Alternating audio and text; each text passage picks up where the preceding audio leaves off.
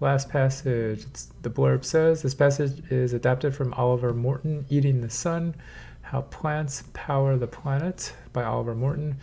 Phytoplankton are photosynthesizing microscopic organisms that can live near the surface of oceans and lakes.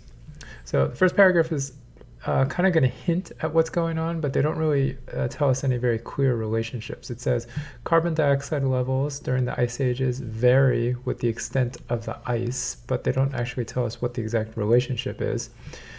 One of the reasons for this seems to be a fertilization of the open oceans brought about by dryness of the receding seas. So the only thing that we get here is that when things are dry, it leads to fertilization.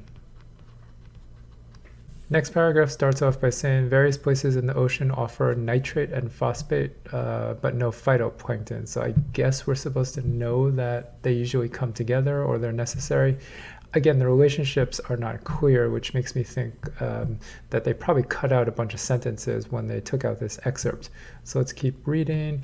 In the 1930s, this guy named Hacken-Hasberg, Grad, suggested that the phytoplankton were absent because there wasn't enough iron to support them. So this is basically this guy's theory. But then it says, unfortunately, because the levels of iron involved are low and ocean research ships are made of iron, measuring the iron levels with enough precision to prove Grad's hypothesis was hard. So basically, this was just a problem. He had an idea, but it could not be proven because of that situation. Too much iron getting in the way, I guess. Next paragraph talks about how the problem was rendered more graphic. Now, does that mean better or worse? We'll have to keep reading. And that's done by the satellite images. So what did they do? You can jump down to line 23 where it says they got pictures which showed where in the ocean there was the most chlorophyll and thus where photosynthesis was going on. And then they combined that with maps of nitrate and phosphate, and it made the high nutrient, low chlorophyll areas graphically apparent. And then this other guy, John Martin, had other techniques to get accurate measurements of iron in the dead zones. And so basically, if you go down to line 31, iron deficiency was indeed a factor, and Martin went on to suggest that it might explain ice age changes. So here they're essentially proving that guy's original theory, Hacken-Hasberg. So we can say that this was pretty much the proof. And now there's a connection to ice age changes also. So the next paragraph, they're going to talk about really the mechanism of action. In other words, what is the relationship? How does all this happen? And what do they say? The key to his insight was that the ice ages were dry, and the major source of iron is from the continents. So line 40, Martin suggested that the increased amount of dust blown from the drier continents in the ice ages would have made various parts of the ocean more productive. So again, we have this relationship again, dryness leads to productivity or places being productive. And then they talk specifically about South America. So from line 51, we can see the relationship more clearly. Notice what it says. Iron-bearing dust from these new plains would enrich the sea all around Antarctica. The rate at which phytoplankton photosynthesized would increase, and that increase in photosynthetic activity would draw down carbon dioxide from the atmosphere. Thus, a change in sea level produced by the growth of ice caps in Canada would lead to a change in the carbon dioxide level all around the world.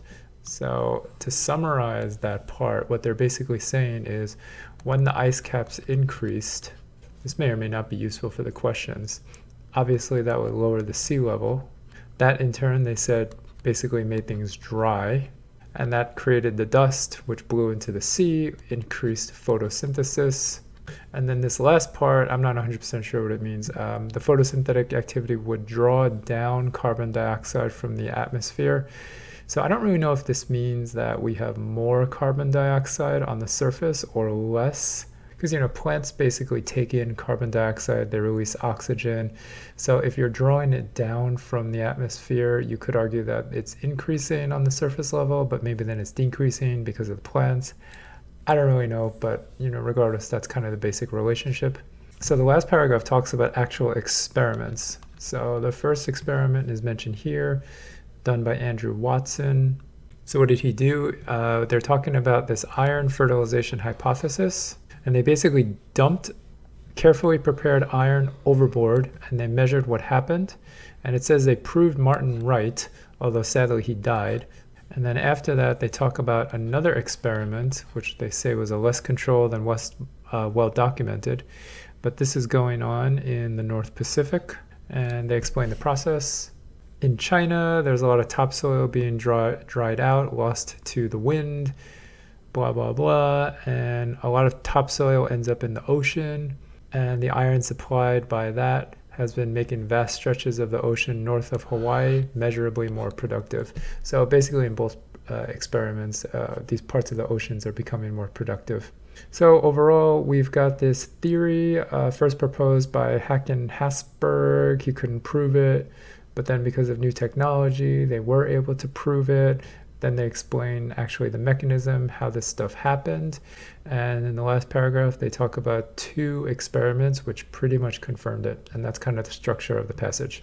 Question 43. The primary purpose of the passage is to, let's look at the answers, consider some compelling explanations for a natural phenomenon. I think there was really only one explanation, and that was the theory with the iron by that guy Haskin. So, it's not like we're comparing multiple explanations, and that's kind of what A is implying. B, discuss a progression of evidence that addresses a long-standing scientific issue. This one's okay, because you can probably argue that based on the initial evidence from those satellite pictures that kind of confirmed the theory, and then the last 2 experiments talked about in the final paragraph, that was more confirmation, so that you could say was a progression of evidence. And so B, I think, is okay. Let's see if C and D are any better. Describe how a theory has been refined in light of unexpected observations. So I don't really think any of the observations were unexpected. It's also questionable whether that theory of his has been refined. Refined would imply that it changed a little bit. So I think C is probably a little bit off because of those 2 words. B is going to be better. Choice D, propose a hypothesis that would resolve an ongoing scientific controversy. So I don't think this was a controversy. They didn't talk about people arguing against his idea. And they did more than just propose a hypothesis. They actually gave a lot of experimental evidence. And so D is definitely off, and so the answer is going to be B. 44, according to the passage, Grand's idea about iron was primarily intended to explain. So if you remember, you have to go back to the passage. It's the second paragraph. It says, various places in the ocean offer abundant nitrate, but no phytoplankton. And then in the 1930s, a Norwegian oceanographer named Hacken-Hasberg Grad suggested that the phytoplankton were absent because there wasn't enough iron to support them. So the first sentence, it looks like the purpose is really to kind of set up the situation. Why are there no phytoplankton? And then this guy gave the explanation. So let's look at the answers. Lack of certain organisms in some apparently nutrient-rich areas. So notice what they're saying. Lack of organisms, that's the phytoplankton. And a nutrient-rich area, that's apparently why they're mentioning nitrate and phosphate. So A looks like it's going to work. B, relative dryness of most land masses. They don't actually talk about the dryness of the land masses until the bottom of the first column. That was this paragraph starting in line 35 and then to the next column. So not related to Grand's idea. C, atypical biochemistry of certain phytoplankton species, not mentioned at all. They don't talk about the actual species themselves. D, variations in carbon dioxide levels. They don't really talk about the variations in the carbon dioxide levels unless you guys found something that suggested that. So A is going to be the answer. Question 45, as used in line 10, support most nearly means. Start reading line 8 to 9. Hasberg Grad suggested that the phytoplankton were absent because there wasn't enough iron to support them, and that's the phytoplankton. Next sentence says, iron crops up all throughout the biochemistry of photosynthesis. So iron is necessary for photosynthesis. If they're saying there's not enough iron to support the phytoplankton, what's a good word? You can say not enough iron to, I guess, help them, but they probably want something more specific. Something that has to do with like keeping them alive. So let's look at the answer choices. Not enough iron to bolster them. Bolster means strengthen, so that's okay. Let's see what else there is. Not enough iron to endure them. That's a weird usage of the word endure. You don't really use it in a as a verb with a direct object. I think that's called a transitive verb. You basically say the phytoplankton would endure. Encourage them. Obviously, they don't need emotional support. D, maintain them. So maintain is actually closer to keep them alive, because the idea is that there are no phytoplankton in that area. So if you're debating between is there not enough iron to strengthen them, bolster them, or is there not enough iron to maintain them or keep them there, then choice D is actually closer to the idea of the passage. So we'll go with that one. All right, 46 and 47 should be done together. The passage suggests that Martin's techniques allowed him to overcome which impediment, that's like a difficulty, that previous researchers had encountered while trying to evaluate Grand's idea. So what was the problem? Equipment used in conducting the research could influence the data. I don't really remember, so we're going to have to just kind of go back. Technology required to process the collected data did not yet exist. Possibly. The location expected to yield relevant data was inaccessible. I don't really think that was the issue, but we'll see. D, variations in pertinent data did not seem to follow any clear pattern. Also, I don't remember anything about there being the need for a pattern. So either the equipment could influence the data or the technology did not exist. It's most likely one of those two problems. So now we're going to have to go through each choice for the evidence. So choice A, 7 through 10. Was it the equipment influencing the data or the technology not yet existing? Line 7, in the 1930s, a Norwegian oceanographer named Hacken-Hasberg Grad suggested that the phytoplankton were absent because there wasn't enough iron to support them. So not talking about the limitations at all here, so A is not going to be it. Choice B, 12 to 16. But unfortunately, because of the levels of iron involved are indeed low and ocean research, ships are made of iron, measuring iron levels with enough precision to prove Grand's hypothesis was hard. So this is basically saying what they're measuring was low and the iron from the ship is getting in the way. So that's definitely a limitation. Let's see if it matches. Equipment could influence the data. So yeah, that does sound right, because if your ship is made of iron, then obviously you're probably going to measure more iron than is actually there to begin with. So A goes with B down there, and this goes with A. So we'll keep this, and let's just double check the other evidence. 17 to 25. That's a long one. In the 1980s, the problem was rendered more graphic by satellite images, which use spectral measurements to pick up wavelengths, and extremely careful modeling. Showed where there was the most chlorophyll and where the photosynthesis was going on. So this is really just talking about an improvement, not so much a limitation. So that's probably not as good as choice B. And then choice D, 25 to 28. Combined with maps of nitrate and phosphate, these remarkable pictures made the high nutrient, low chlorophyll areas geographically apparent. Again, not really talking about limitations of trying to measure that data to begin with. So all that means is 46, we're going to go A, and 47, we're going to go with B. 48, according to the passage, Martin thought that Ice Age ocean productivity differed from present ocean productivity because, so remember where we marked off Martin, that was right over here, John Martin. What's it say? He made the use of clean techniques to get accurate measurements of iron levels in the dead zone. Iron deficiency was indeed a factor, and Martin went on to suggest that it might explain Ice Age changes in ocean productivity. So whatever the answer is going to be, it's probably going to have to do with iron. So let's look at the answers. Higher levels of nitrate and phosphate in the oceans during Ice Age. Remember from the second paragraph that nitrate and phosphate were not really at low levels. That was one of the things they were trying to figure out. There's enough nitrate and enough phosphate, but no phytoplankton. That was one of the mysteries. So that's not really going to be a factor in determining why it changed. B, greater amounts of dust being deposited in the oceans during the Ice Age. So yeah, if you remember from the following paragraph where they actually explain how this is going on, line 35, it says the key to his insight was that the ice ages were also dry, and the major source of the iron is from the continents, because up here he said that the iron is a factor.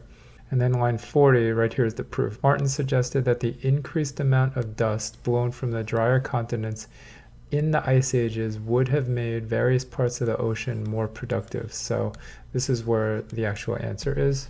And so B is going to work. Choice C, increased concentrations of atmospheric carbon dioxide during the ice age. This is kind of more the result afterwards, but not really the cause. So C is going to be out. D, more southerly position of South America during an ice age. Now they do talk about how the north is more productive than the south. This is in lines 38 to 39, but that's not really a comparison between present day and the ice age.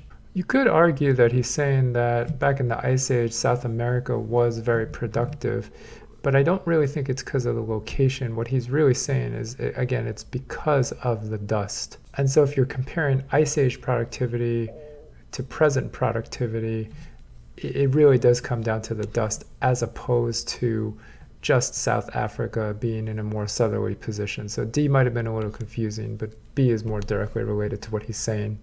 Question 49, as using line 39, marked most nearly means.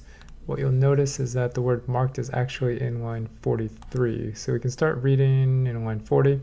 Martin suggested that the increased amount of dust blown from the drier continents in the ice ages would have made various parts of the ocean more productive. The effect would have been particularly marked, he thought, in the southern oceans where the level of unused nutrients is currently quite high. So the effect in this case is sort of the productivity. And what does it mean to say that the effect would be particularly marked? Probably that the effect is particularly noticeable or high. Because again, if something is marked, it's like the idea is your attention is brought to it. So we're looking for something like noticeable, high, prominent, obvious, those types of words. So blemished means something is damaged or tarnished, doesn't make sense. Pronounced does make sense, because if something's pronounced, it's like noticeable. Isolated just means by itself, so not going to make sense. Inscribed, this, I don't really think inscribed has anything to do with what we're talking about, although you can see the literal connection between marked and inscribed. If you're just, like looking at this without reading in context, if you mark something down, like it could be said to be like written down or inscribed. So B is going to be the best answer. Question 50, the author includes the information about Watson's research mainly too. So remember that Watson was the biochemist in line 64. And then he's the one who did these experiments. He dumped the iron overboard. And what's the point? They say it in line 70. It says he basically proved Martin at least partly right, although sadly he died before the results were in. Sucks for him. That's actually not funny. And then they go on to give that example of New Zealand. So let's look at the answers. Choice A, provide an example of the kind of findings that Martin's hypothesis was intended to explain. So this is kind of getting the relationship in reverse. If you pick A, then you're basically saying that we knew about these findings first, and Martin's hypothesis was supposed to explain those findings. So it doesn't make sense. It's really the opposite. B, explain how Martin's hypothesis has been revised in response to new data. His hypothesis was not really revised. That means changed. They pretty much confirmed his hypothesis because he was really right. Choice C, show that an important part of Martin's hypothesis has been substantiated. So substantiated means to be like verified or proven. So yeah, definitely choice C works. D, identify a significant limitation on the scope of Martin's hypothesis. So limitation, probably not, because it pretty much confirmed him. The scope is kind of like the range or the applicability of his hypothesis, also kind of off. So C is going to be the best answer. Question 51, the passage most strongly suggests that certain agricultural practices in China have. So if you remember, they were talking about China because they were basically just creating more dust, and then that was fertilizing the oceans. And if you're ever in Korea, by the way, and you notice the yellow dust that often comes, it's funny because every time you turn on the news, they're always like blaming it on China because I think it comes from like the deserts. So let's look real quickly. 51 and 52 should be done together. Agricultural practices have raised the volume of river water flowing into the Pacific. I don't think it's the volume of river water, so probably not. Compensated to some extent for natural processes of soil erosion. I don't think that was a topic either. Have been studied extensively in an effort to further Martin's research. A little bit closer, but I don't, we'll keep it around. Definitely better than A and B. D, increased chlorophyll levels in parts of the Pacific Ocean. I think that was what they were really saying, because again, we're proving Martin's hypothesis. So D most likely, C will keep that in mind. Either it increased chlorophyll levels or it's been studied to further his research. So let's look at it, line 70 to 73, and I think they really mean 77 to 80. Meanwhile, a less controlled and less well documented, but rather more dramatic experiment on the same effect has been going on. So here they're talking about the experiment in parts of China. Doesn't exactly justify choice C, because their way that they're using the word experiment is, it's kind of like not really an experiment, but sort of. But regardless, we will match up A with C. Choice B. Keep reading. In parts of China, millions of tons of topsoil are being dried out and lost to the wind every year, a natural phenomenon exacerbated by overgrazing and the diversion of water to farmlands. So topsoil being dried out. Does that eventually increase chlorophyll levels? Yeah, but probably that would not count as the actual evidence. Let's keep reading. Quite a lot of that topsoil ends up in the ocean. So this is saying that something ends up in the ocean, so we're getting closer to what we want. And then let's read the next sentence, the iron. The iron supplied by increasing flows of dust over the past decades has been making vast stretches of the ocean measurably more productive. So yeah, this is more directly the evidence that we want, because it's basically saying, the iron leads to the ocean being more productive.